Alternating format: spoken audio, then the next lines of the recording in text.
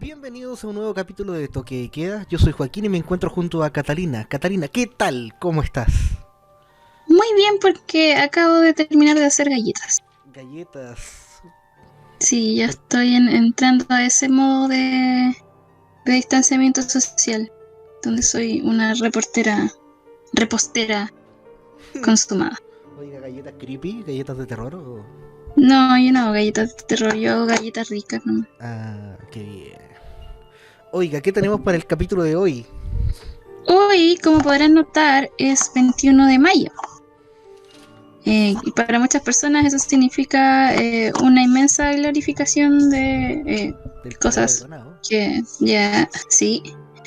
Pero para nosotros implica que ya, ¿cómo podemos hacer esto sin necesariamente andar glorificando cosas que no merecen glorificación?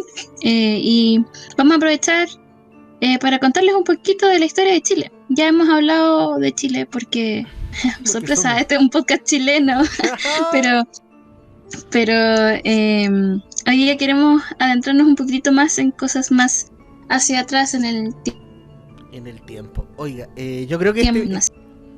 este capítulo va a tener parte a futuro, porque lo que recolecté es harto, bien interesante, y no llega ni siquiera a los 1800. Sí, son aparte como 200 años de historia solo documentada, así que sí. Sí, así que aparte hacemos este capítulo ahora porque quién sabe cómo estará la situación del mundo país en septiembre.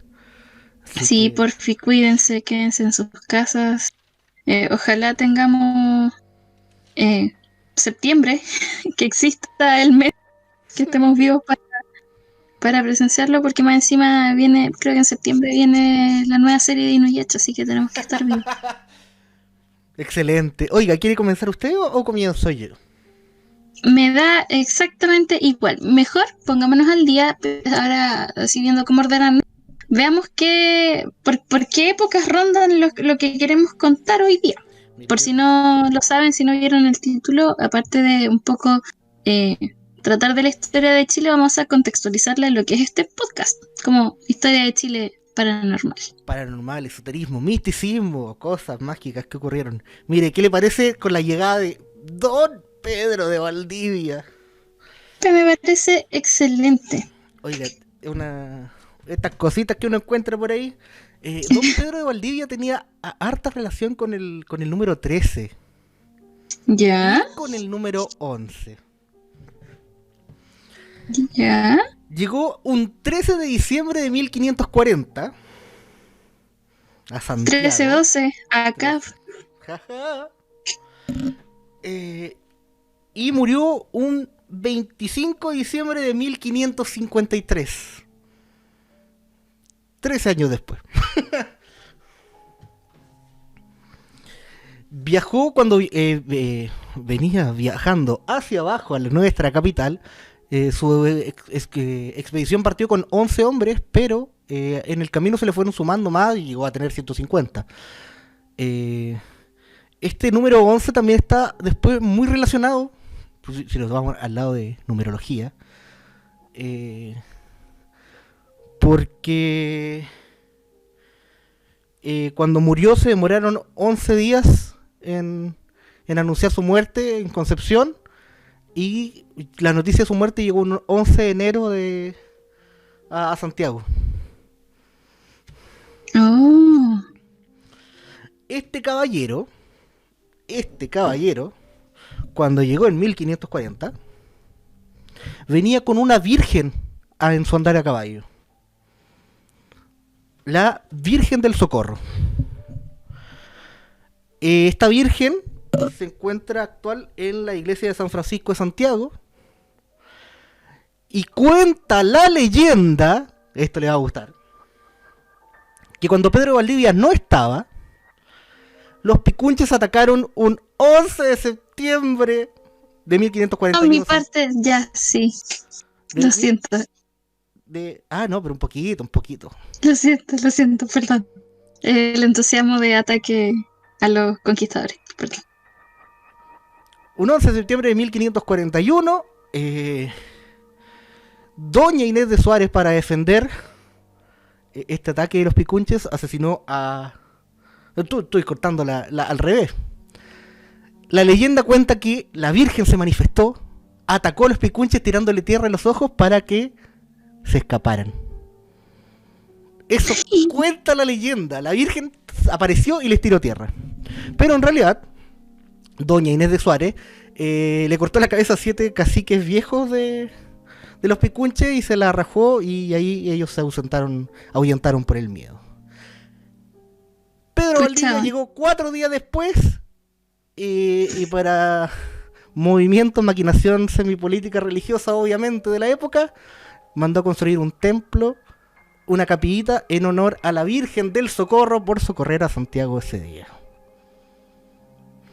¿Qué opina de que una virgen aparezca y tire tierra? ¿Qué le parece esa leyenda? Yo creo que la Virgen...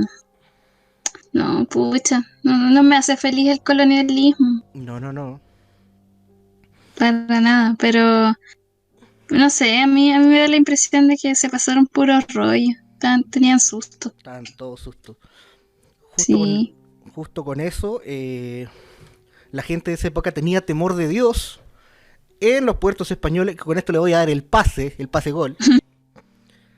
Los puertos españoles hacían aduanas para que gente de otras religiones, ya sean musulmanes o judíos, no fueran embarcados a América, incautaban los libros, y personas que habían sido juzgadas por la Spanish Inquisition tampoco pudieran venir a América.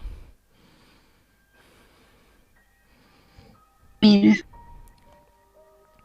Bueno, a todo esto, ¿tú sabías que la Inquisición estuvo aquí en América, precisamente en Chile? Mire, no me extraña, para nada. Sí, no, de hecho eran una institución súper como poderosa, tanto así que los obispos como que combatían un poco por quién llevaba la batuta en contra de los gobernadores. Y lo guardo para después, para el personaje que me voy a mandar después, pero lo tengo ahí pendiente. Después, para mi finalización, le tengo a un... No sé si lo ubica usted, a Don Pedro Bardesi. Es un personaje que... ¿Lo conoce? Debería todo el mundo conocerlo, porque es un personaje fantástico, tiene tanta historia, tanta aventura, tanta magia. Ah, me encanta. Que quedé flipando con ese personaje. Flipando. Pero más ratito le hago el resumen así nomás. Ya, mire, yo te voy a contar un poquito de cómo funcionó la Inquisición durante la conquista en Chile y a causa de qué. Sí. Ya, la Inquisición se asentó principalmente en el fuerte Villarrica, para el sur. El obispo Justo Domingo del Valle fue quien un poco partió con la misión, y prácticamente era un poco velar por el orden, la moral y castigar a quienes se alejaran del camino del Señor, en bastante sentido.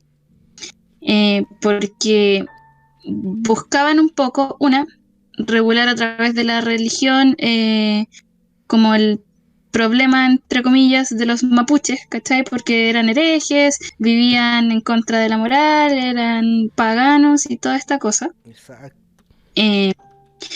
Entonces, su primera jurisdicción era un poco en relación un poco a las causas de la fe, ¿cachai? Que eso implicaba herejes, blasfemos, hechiceros, astrólogos, adivinos, invocadores del demonio, pasando por los infieles, los judíos, los alquimistas y los sodomitas, o sea, absolutamente todo. Todo. Buen grupete se armó ahí, ¿eh? Sí, de hecho eso muestra así como también la naturaleza que tenía la conquista española. Tenéis que pensar un poco que el contexto ahí era de una competencia que se estaba haciendo un poco la carrera de ese entonces por el dominio total del mundo, ¿cachai? Y también España tenía así como la rencilla con los árabes, la rencilla con los judíos, que históricamente han sido perseguidos, ¿cachai? Entonces, todas estas cosas también tenían que ver un poco en cómo ellas las significaban de un reino súper católico que condenaba todas estas cosas, ¿cachai? La otra Inquisición que tenía la segunda jurisdicción que tenía la Inquisición ¿Ya? era de materias extrañas a la fe. Y esta era la que tenía un poco conflictos principalmente con los gobernadores, ¿cachai? Porque estos se empezaban a meter un poco en cómo se estaba combatiendo a los mapuches, ¿cachai? Tenían como dos posiciones distintas respecto a cómo luchar, ¿cachai? Y ahí se hacía un poco ahí la dictadura parece que tomó harto de la Inquisición, porque el proceso de la Inquisición empezaba por medio de una denuncia. Y quien denunciaba tenía así con su identidad, de los testigos y de todos quienes intervinieron. Entonces era así como tú acusáis nomás y se te va a proteger y se va a condenar a la otra persona. Y en las clásicas medidas inquisitorias, eso implicaba que el interrogatorio y la condena tenía mucha tortura, porque si no, no es la Inquisición. Por supuesto. No voy a entrar en detalle en los métodos de tortura porque me parece crudo e innecesario, pero todo esto lo pueden averiguar a un paso leyendo cositas de historia. Y en cuanto a las penas, variaban según el delito. La interrogación en sí ya tenía torturas, la pena era harina de otro costal, ¿cachai? Me imagino. Pero tenía que reconocer entre la iglesia y el público qué delito habías cometido, cuáles eran tus faltas, ¿cachai? Tenía así como habían algunos rituales donde tenía que ponerte así como con una vela en una puerta de la iglesia durante ciertas ceremonias, los clásicos azotes, el destierro y todas esas cosas bonitas y maravillosas de nuestra colonización. Ahora, dentro también de esta enorme jurisdicción de la Inquisición y de las cosas que les parecían herejías, también tenéis que pensar en aquellas que se referían particularmente a la brujería, ¿ya? Porque había arte igual hechicería colonial, ¿ya? Ya. Unas llegadas traídas por los españoles, de también como ellos habían interactuado con creencias ajenas como a lo que ellos mismos profesaban y que por lo tanto se les denominaba brujerías o ciertas herejías, y también con el mestizaje que hubo después con los pueblos indígenas y también con los, ¿cachai? Entonces ahí se creó como todo esto de lo que se habla del mestizaje colonial, en donde empiezan a dialogar junto con la conformación del país, empiezan a armar cierto como imaginario colectivo común, ¿cachai? Con los primeros españoles también empieza a llegar hartas creencias respecto a la brujería, particularmente adivinación, hechicería. Los esclavos vienen con estas tradiciones africanas que también se mezclan con las creencias mágico-religiosas de los pueblos indígenas, ¿cachai? Ahí también entra un poco lo que hablábamos nosotros antes del vudú y el judú. Los procesos judiciales de la época colonial también empezaron a adoptar la convicción de que los pueblos tenían brujos, ¿cachai? Y que se reunían durante la noche de los viernes en cuevas secretas. Esto también lo hemos conversado, donde estaban todas estas criaturas, bebían, comían, bailaban y en general pasaban muy buenos ratos con Satanás. Ahí también empezaron a entrar estas creencias de que los brujos se transformaban en animales. Empezó a entrar la tradición del chonchón y todas estas cosas. Sobre todo, se manifestaba esta hechicería a través de prácticas de magia negra. Y buscaban sobre todo o dañar enemigos, porque aparentemente todos se iban un poquito mal en esa época, y lo opuesto, sortilegios amorosos, que se mantienen hoy día. ¿Dónde era el amarre que salió el otro día? ¿En Chillán? El amarre, sí. ¿O en Rancagua? Ya no me acuerdo, pero no. por ahí salió el asunto del amarre. Ya entre otras cosas estaban todas las artes adivinatorias, y aquí tenéis de dónde queráis. Tení, así como para ir detallando, la clásica quiromancia. Tienes cosas más más como rebuscadas, ¿cachai? Como la onomancia, que bueno, eso también ¿Cuál es tiene que la ver un poco onomancia? yo sé en qué pensaste, pero no voy a seguir esa línea de... no, Solo pregunta la ignorancia, no conozco la la pregunta. onomancia no tiene nada que ver con Jodorowsky, ¿Ya? No, pregunto es desde la ignorancia. solo... Sí, o sea, viene de la raíz onos, me parece. ¿Palabra? Sí, po. Sí, pues sí, todas estas cosas vienen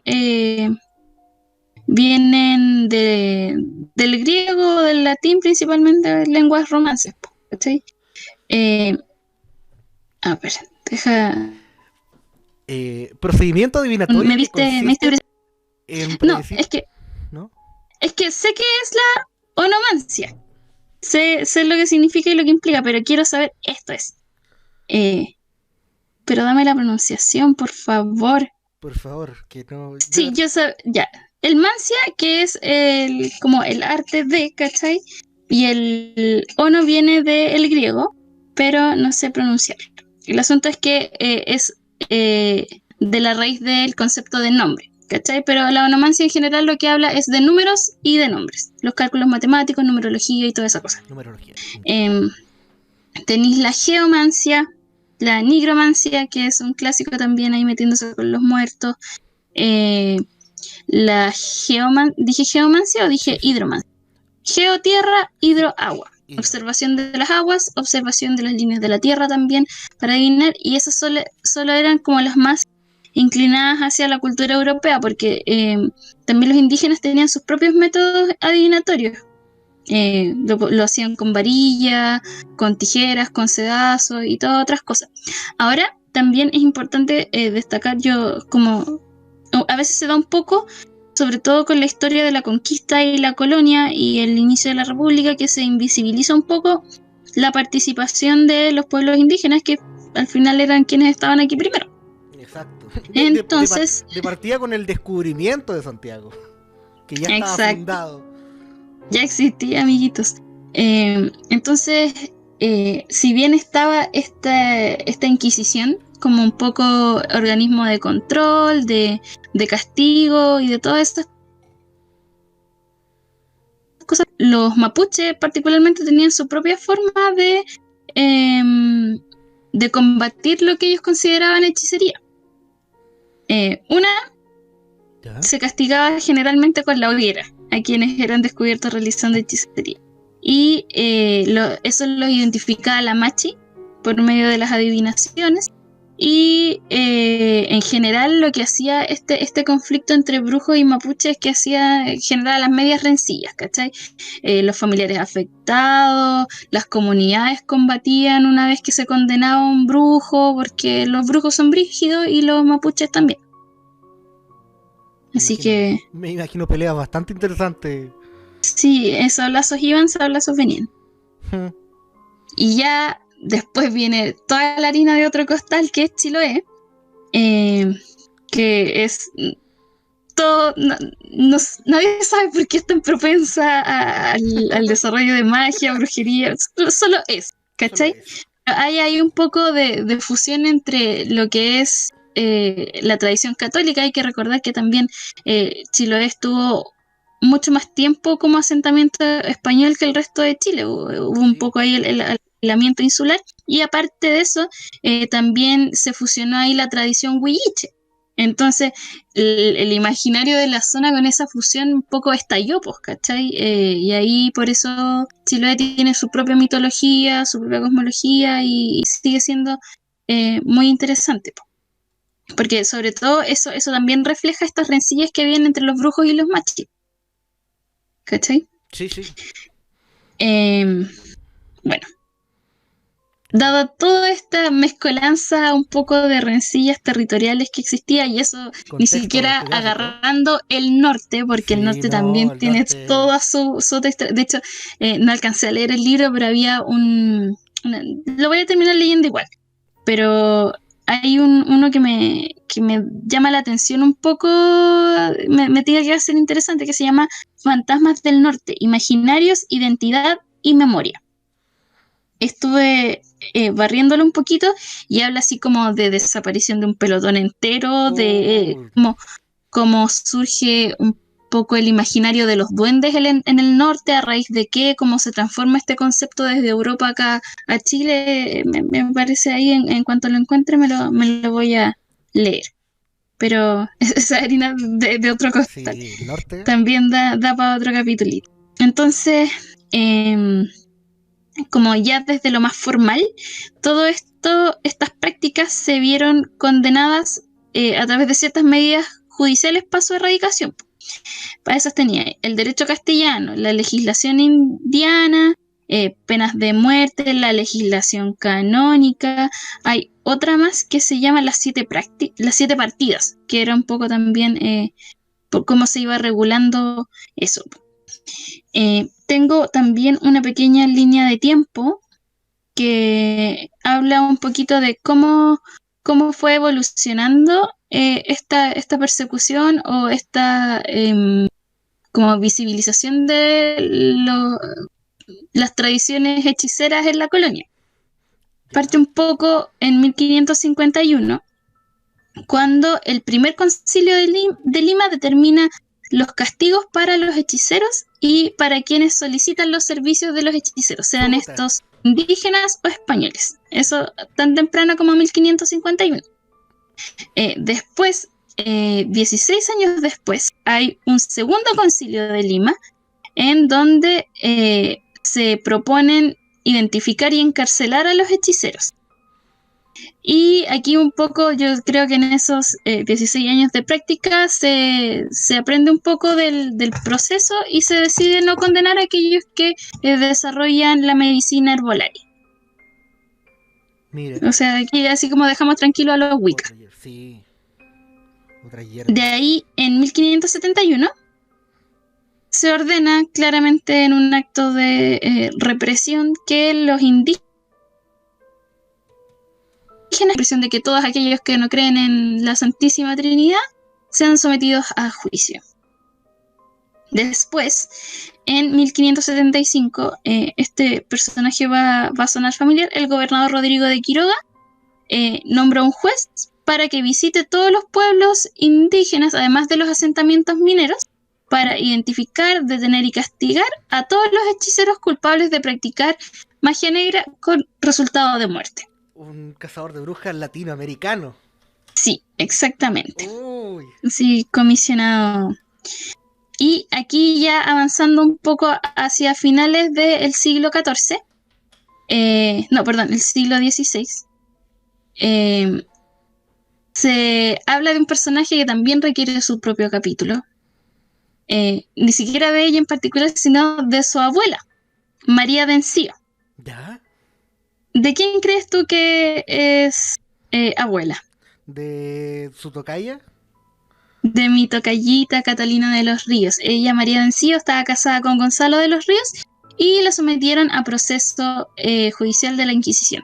La acusaron de... Sí, ahí full... Sí, pues no, sí, esa era una tradición súper grande.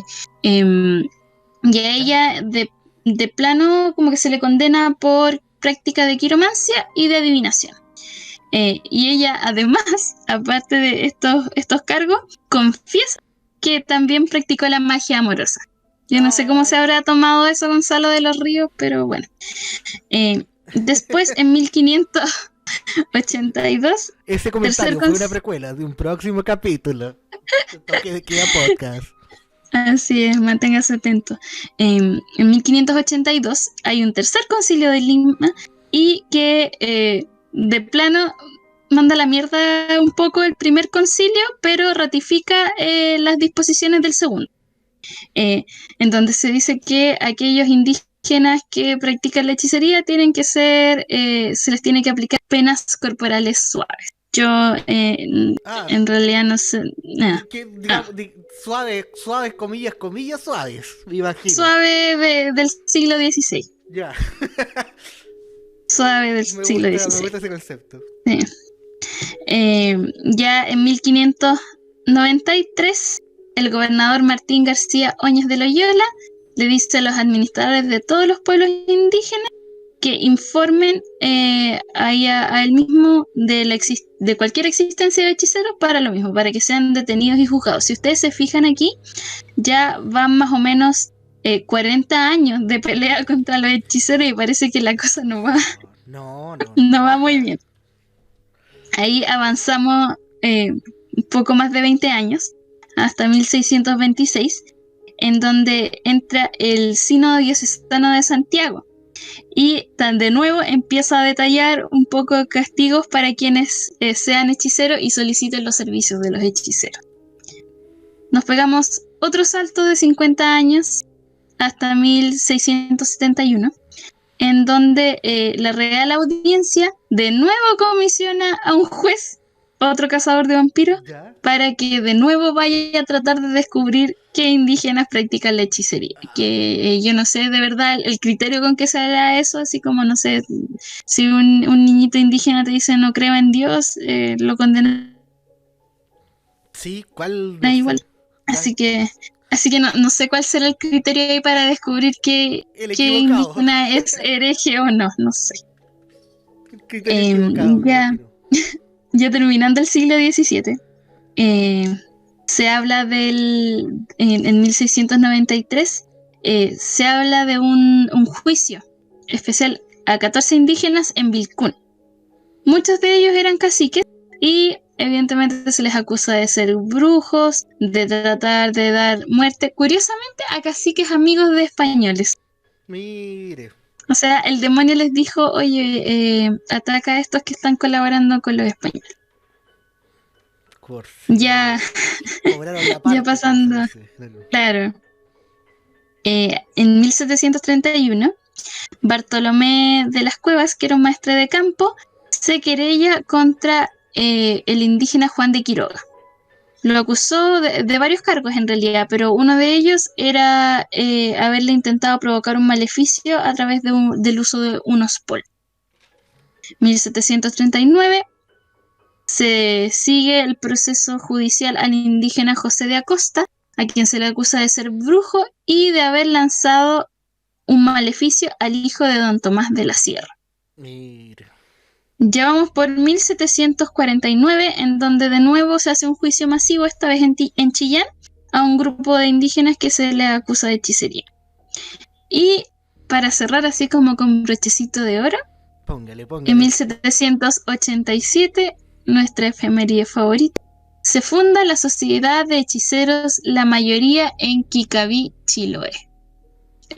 Concluyendo esta línea de tiempo un poco como nunca pudieron deshacerse de los brujos. No. Oiga, ¿y nuestra fecha favorita cuál es? ¿Es esa fecha favorita? No sé. No sé. 2006. Así que eso es un poco del detalle. Lo bacán, voy a dar la fuente de donde vi todo esto. Memoria Chilena es una página que recopila súper bien como ciertos conceptos de la historia de Chile dependiendo de lo que tú quieras buscar, porque una te hace un sumario, te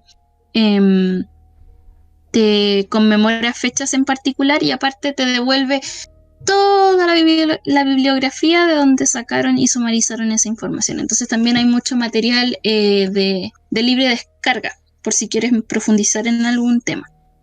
A mí me ha servido harto. La otra vez cuando estuvimos viendo también como que de nuevo peinamos un poco el asunto de los brujos, también estuve mirando ahí sobre los testimonios de algunas personas. Bastante bacana, a mí que me gusta leer. Una buena picada. Una buena picadita. Para profundizarse. Uh-huh. Oiga, yo le tengo el resumen del otro lado, pues. De alguien muy cercano a la iglesia. Ya. Este personaje yo no sé por qué no tiene serie de televisión, no tiene... Está tan olvidado, pero la historia que cuentan acá es fantástica. Ah, me encanta. Mire, continúa con el Fray Pedro Bardesi, que se encuentra en proceso de beatificación desde que murió en 12 de septiembre de 1700 en Chile. Aún no pasa nada. está pendiente. Y no sé si es que se lo merece o no, pero le pone el caballero, tiene sus cositas. Bueno, este caballero nació el 5 de abril de 1641 en España. Se crió con su familia, con sus 2 hermanos mayores, y fue enviado a Nueva España, más conocido actualmente como México, junto con sus 2 hermanos. ¿Dónde está la fecha aquí? En 1658, este hombre en México empieza a tener visiones de duendes y demonios que lo hacen tentar para que busque placeres no permitidos por la religiosidad, por las santas escrituras, por la Biblia. Ya. Se le pasa rezando, pero ya empieza a ver cosas raras. Empieza a ver duendes y demonios que lo tientan. Chuta, ya. Lo mandaron con 500 pesos de plata, su padre, él es su hermano.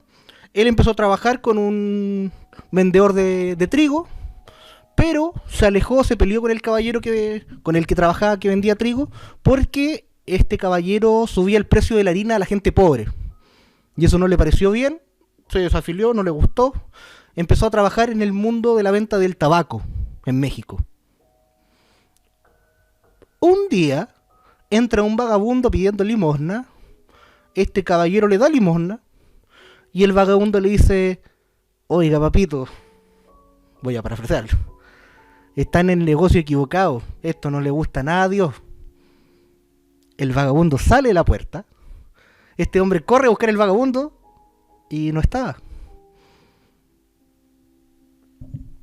Ya está viendo duendes, ya está viendo demonios, y le habla a los vagabundos. Claramente fue un ángel. Y los vagabundos, y se fue. Decide salirse del negocio del tabaco, se comunica con uno de sus hermanos que eran ya en esa época vendedores mercantes, y iban a partir del puerto de Panamá, iban a viajar hacia Valparaíso y luego a Concepción. Se iban a Chile, tomó la decisión de irse a Chile, pero en el camino había un polizón en el barco. Por cosas de la vida lo tuvo que acompañar y declarar por unos trámites ahí medio judiciales. Lo bajaron en el puerto de Callao y este caballero se quedó en Perú, en el Alto Perú, actual Bolivia, y ahí fue profesor de dos hijos de un rico del lugar.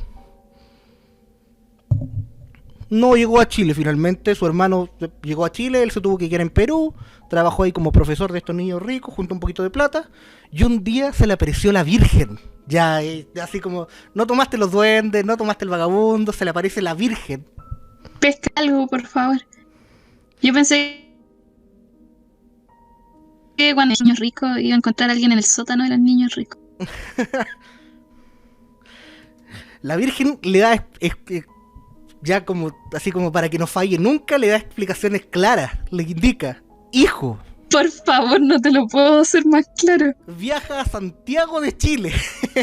Por favor, te lo ruego. Por favor, busca el templo en donde a mí me rezan como... aquí lo tengo con el título, donde me veneran con el título de María de la Cabeza. María de la Cabeza es la esposa de San Isidro, que es un matrimonio que fue canonizado.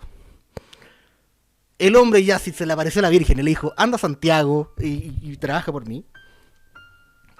Obvio que hizo caso a sus visiones. Tomó el primer barco que salía de Perú hacia Chile, pero no llegó a Valparaíso, sino que llegó a Concepción. Se tuvo que devolver de Concepción a Santiago en caballo, junto con otros frailes. Amigo. Y en Santiago estaba su hermano, que ya estaba de un tiempo ahí viviendo. Con el dinero que había ganado, había comprado una hacienda, lo llevó hasta el templo del lugar. El hermano, que también parece que había sentido el llamado de Dios, porque esa hacienda, en un futuro, se convertiría en donde se fundó el primer templo de las Carmelitas Descalzas.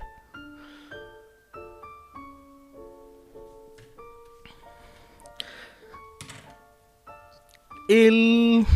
¿Está? ¿La perdí? Sí, voy. Ahí está. Bueno, don Pedro entregó sus pertenencias cuando llegó. Dijo que quería ser monje franciscano de la institución aquella donde la Virgen le ordenó.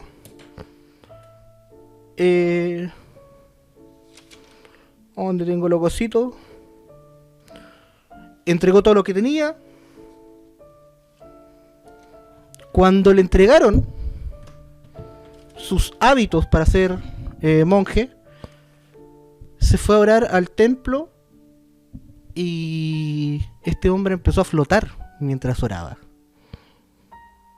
Se elevó al alto de la capilla y los otros hermanos de la congregación no lo podían creer. No fue la única vez que lo vieron flotando, una vez lo vieron caminando encima del Mapocho. Lo cual no sé si... No está en criollo de la caminata por las aguas. Exacto.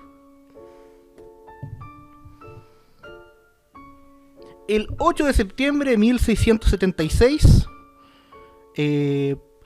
finalmente terminó como fraile, dio sus votos para ser ya un fray completo en los cargos de la iglesia, y cuando terminó de decir sus votos de castidad, de honor, de lealtad, en la iglesia tembló.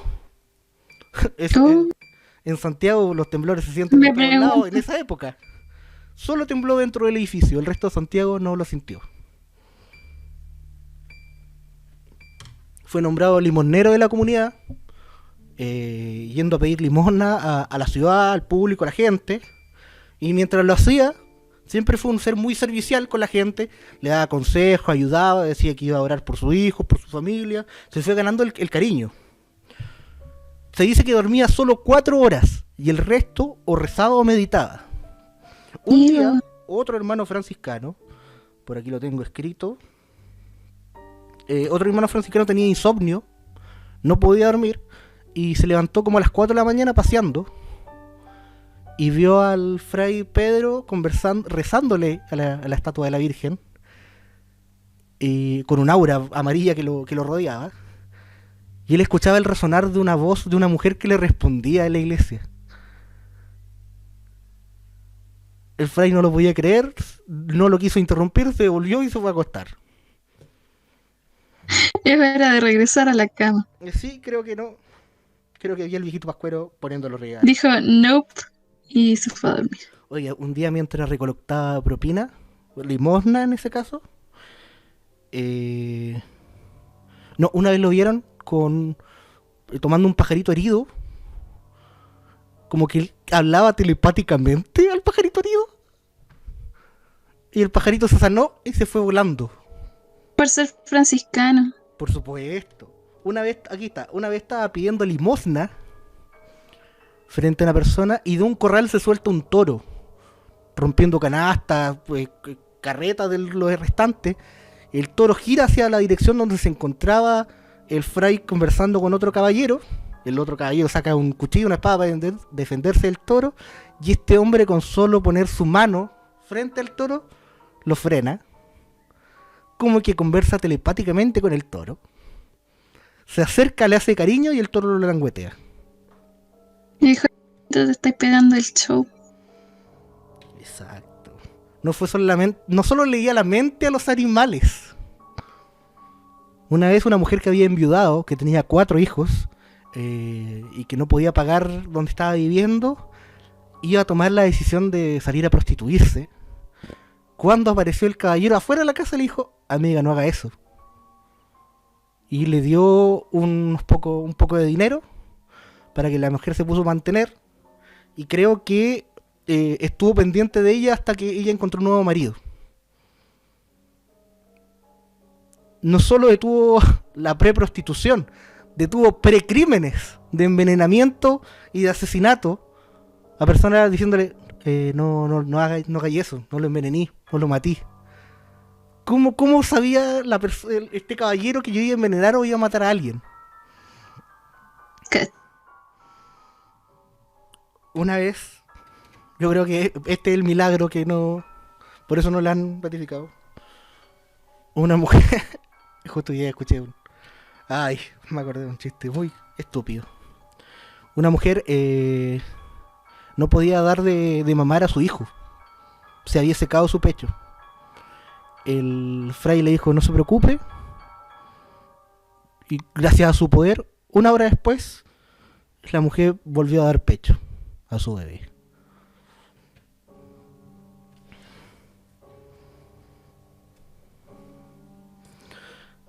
Un día se puso a rezar frente al altar por 3 horas, con los ojos cerrados. El resto de los monjes lo tocaban, lo empujaban, lo intentaban despertar, no pudo.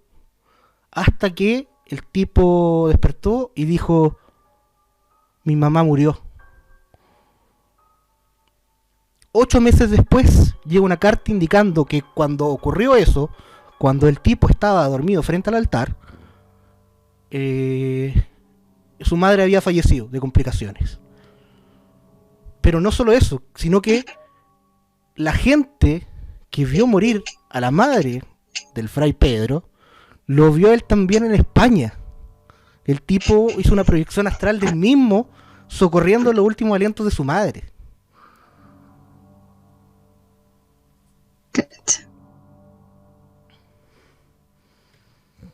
Una vez el gobernador de Santiago le pidió que fuera el padrino del bautizo de su hija recién nacida. Él dijo que no, pero que iba a orar por la niña. Aparece, el tipo empieza... Llega nuestra queridísima peste de viruela en 1697. Plagas y capitalismo, revíselo. El tipo rezaba para que se terminara, la gente trataba de tenerle consuelo, el tipo dijo que iba a orar por ellos. En 1698, un tipo que estaba sentenciado a la horca no quería confesarse, no quería dar sus pecados ni nada. Iba a ser ejecutado en la plaza pública, cuando este hombre se le acerca y le muestra, no sé, una estampita, una ilusión de la Virgen. El arrepentido, el tipo que iba a ser ahorcado se arrepiente ante su inminente muerte, dice que quiere confesar, dice que quiere darse todos sus pecados, que lo preparen. El mismo fray intercede ante la gente para que el tipo tenga 3 días de, no sé, enseñanza religiosa, para que pueda liberar en paz, y le dijo al momento de morir que cuando estuviera por morir, pensara en la Virgen, que se iba a ir con él por el arrepentimiento. Y aquí hay un vuelco muy bonito que también creo que le va a gustar. Él se veía ganado el gran respeto entre los franciscanos, y los franciscanos habían elegido a un líder, el padre Agustín Briceño. Pero desde España habían designado a otro padre para que fuera el líder de la congregación de esos franciscanos, que era el señor Tomás Moreno. Se armaron 2 bandos, una civil war de franciscanos, por quién era el líder de la congregación, los que habían elegido el chileno o el que había sido designado de España. El resto de los franciscanos, como él ya estaba viejito, le preguntaron a él por cuál tenían que decidir. Él dijo que tenían que decidir por Tomás Moreno en vez de Agustín Briceño. Formaron un nuevo grupo de franciscanos y se trasladaron a la que sería la iglesia de San Francisco, en donde se conservaba la imagen de la Virgen de Pedro de Valdivia, del Divino Socorro, nombrada en la anterior historia. El 11 de septiembre, nuestra fecha favorita, sin que lo hubiéramos visto, el tipo agonizó, dio sus últimos consejos y a las 4 de la mañana del 12 de septiembre de 1700 falleció. Tú dices, ay, y murió, y termina la historia. Su cadáver fue enterrado 2 días después, debido a que la gente, al enterarse de que el fray mágico había muerto, querían ver su último aliento, darle el último saludo, se masificó, fue un montón de gente a ver su cadáver, a tratar de alcanzar su última bendición antes que lo enterrasen. Se dice que un tipo que tenía úlceras y tenía dañadas sus extremidades fue llevado a las andas, lo tocó y pudo volver a caminar, tocó el cadáver. Un hombre llevó a su hija ciega, que cuando levantaron la mano del cadáver, esta hija pudo volver a ver. Y el cadáver no tenía signos de... Si estar 2 días a la intemperie, no tenía signo de... ¿Cómo era la palabra? ¿Impoluto? Impoluto, exacto. No presentaba signo de descomposición.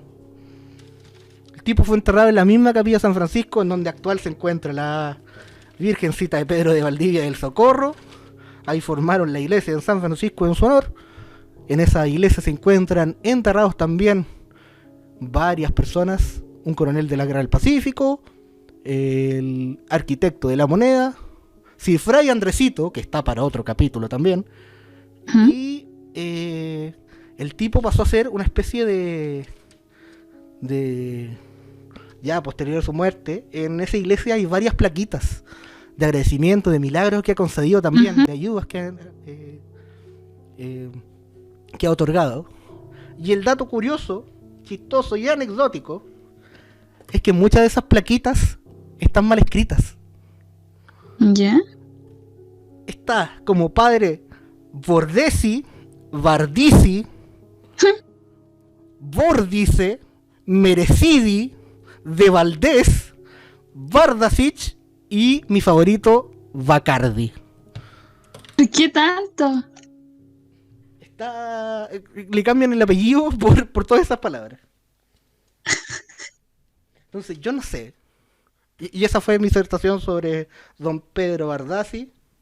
Yo no sé cómo este tipo no tiene serie de televisión, película, live action, Marvel, no sé. Con sus poderes mágicos en Chile me fascina.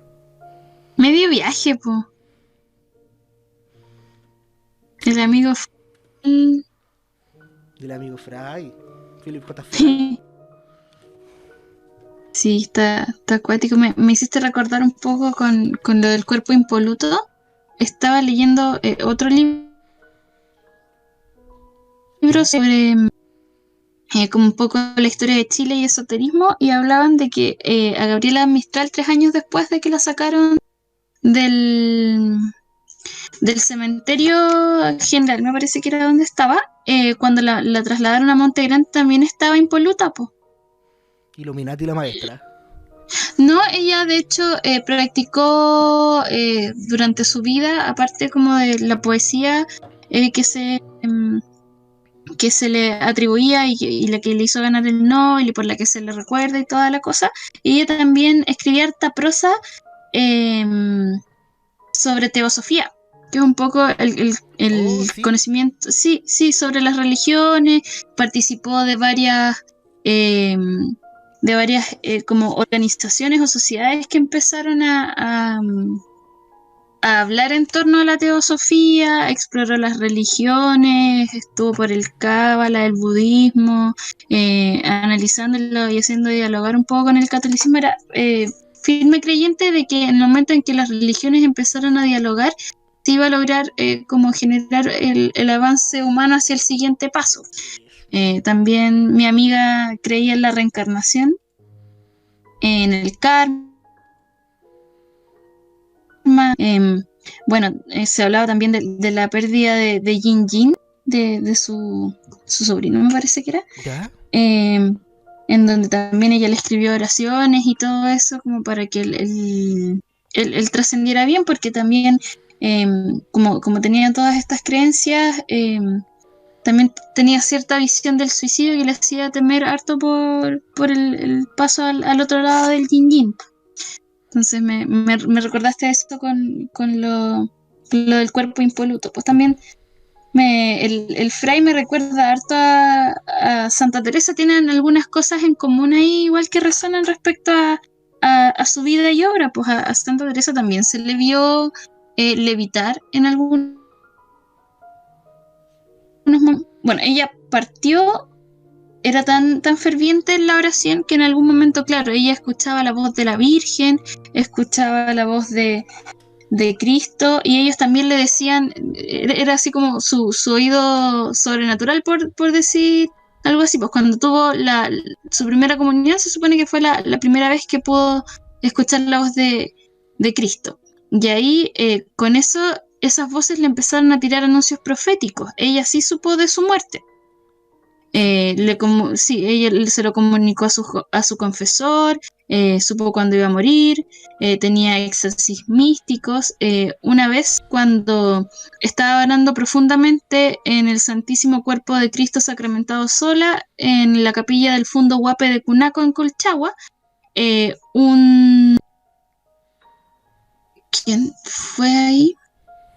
Bueno, el fraile de la capilla ¿Ya? la encontró levitando a 30 centímetros del suelo. El sacerdote así como que entró a la capilla, la vio y dice que la vio así como en tal éxtasis con los ojos cerrados y todo, que se retiró así como muy pudoroso, silenciosamente, para no interrumpir su levitación. Esos asuntos no hay que interrumpirlo, yo también. Ajá, y eso fue antes de que entrara al convento de los Andes. No, sobrecalificada. Sí, no, fue súper dotada. Igual se compara estos momentos de éxtasis de Sor Teresa con los grandes yogis que están... Eso, yo no sé. Esos éxtasis de amor ahí con... Aquí hay uno que se llama Ramakrishna, o Santa María Magdalena de Paz o San Felipe Neri, que tenían como estos mismos momentos como de gran encuentro de amor. Sí, no sabía lo leí harto en el concepto, pero no profundicé más en altos yo. Y bueno, cuando ella falleció también, a eso de las 7 de la tarde, un 12 de abril, en 1920, se produjo el último fenómeno parapsíquico a distancia, que es una monja carmelita en Santiago. Estaba en profunda oración, de hecho está el nombre y todo, la hermana Mercedes del Corazón de María. Fue una fuerza invisible y la llevaron a la estación de ferrocarril de los Andes. Y después a la celda del convento en donde estaba a punto de desencarnar Sor Teresa.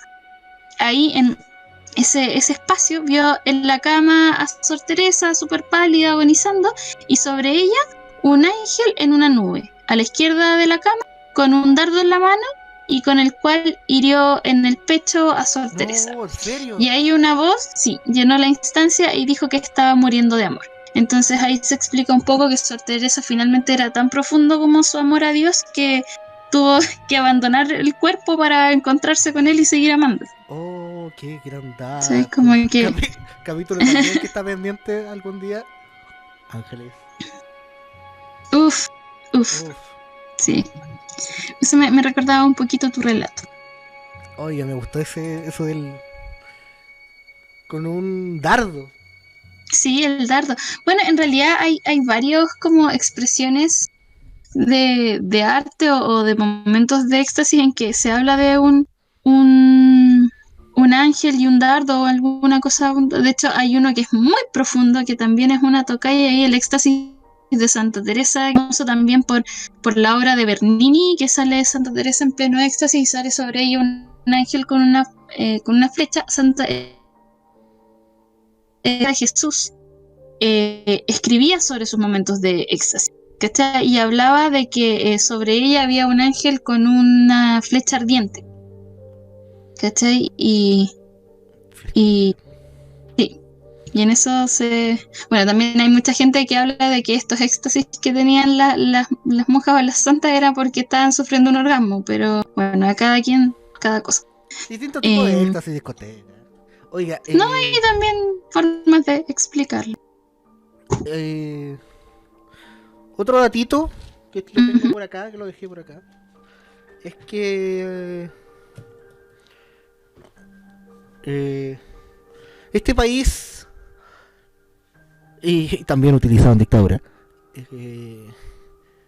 no sé si la palabra es le debe mucho, pero las imágenes marianas son bien importantes a lo largo de la historia de este país. Y la imaginería mariana es brígida y bueno, también Yo en alguna oportunidad me ha tocado conversar como incluso la imagen mariana ha moldeado un poco lo que se espera del comportamiento de las mujeres, un poco de sufrir en silencio, de aguantar un poco todo, esperando como esta gran retribución divina, la paciencia y todas esas cosas como súper vinculadas a la imagen de María. Así que sí, es potente. En cuanto a religión y en cuanto a lo que nos gusta a nosotros, modificación, elementos políticos para gestionar. Yo anteriormente había encontrado de la Virgen del Carmen, la cual fue patrona en la independencia de nuestro país, el famoso abrazo en Maipú y el templo. Y esta imagen se hizo mucho más popular luego que ella fue la protectora en la Guerra del Pacífico, aprovechando que es 21 y terminando con esto. En la Guerra del Pacífico, al ser Chile ganador, surgió mucho más devoción hacia ella. Gracias a ella ganamos. Es como si la imagen, es como si el mapa de Chile completo estuviera en las manos de la Virgen como una gran madre que nos guía siempre. Sí. Aprovechando que en mayo, 21 de mayo, mes de las madres, imágenes marianas y todo eso. Y quiero terminar con un datito, aprovechando que es 21 de mayo. Para otro capítulo.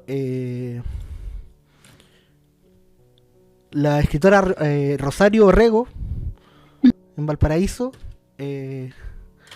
hablando de esas duplicidades, de éxtasis de amor y todo eso, falleció al mismo tiempo que veía a su hijo perder la batalla del combate naval de Iquique, Luis Uribe, mientras ella desde Valparaíso sintió y pudo verlo, como él casi moría en el combate. Él sobrevivió un tiempo después, pero ella murió de un infarto al percibir lo que estaba pasando su hijo en Iquique. Ese es el datito del 21 de mayo que quiero decir. Pelado sí, detonado, ahí quedaste. Ahí quedaste. ¿Usted tiene algo más? Me encanta. No, eso, Pelado detonado es un criminal de guerra y Miguel Grau tenía mucha más clase. Eso, pasen un feliz feriado, aprovechen de descansar. Y viva el Perú, carajo. Sí. ¿Ya alguna canción para finalizar? Te lo dejo a ti porque yo la semana pasada. Yo estaba pensando en una, pero dije, no, ese es para el capítulo de Sudokaya. A ver, ¿cuál podría ser? A ver, no. Dejemos la de sorpresa para la gente. Ya. Ya pues, esto ha sido el capítulo de hoy. La primera parte, que recién llegamos a la colonia, nos falta... Cuando volvamos a coincidir en una efeméride, ahí nos vamos a lanzar algo para que no todo sea desfiles uniformes. Exacto, me encanta que sea en efeméride. Ahí podemos tener quizá algún invitado ilustre, si hay alguien bacán como la Linda que nos quiera colaborar ahí también con datos más exactos, pero es que bienvenidísimo, así que háblenos por ahí. Eso, pues muchas gracias por escucharnos. Suscríbanse al canal de YouTube, comenten, denle like, y si está escuchando en Spotify, presiónale al botón seguir, por favor. Los queremos muchito. Cuídense. Este ha sido el capítulo 11 de septiembre, capítulo 11. Historia de Chile y esoterismo. Hasta pronto.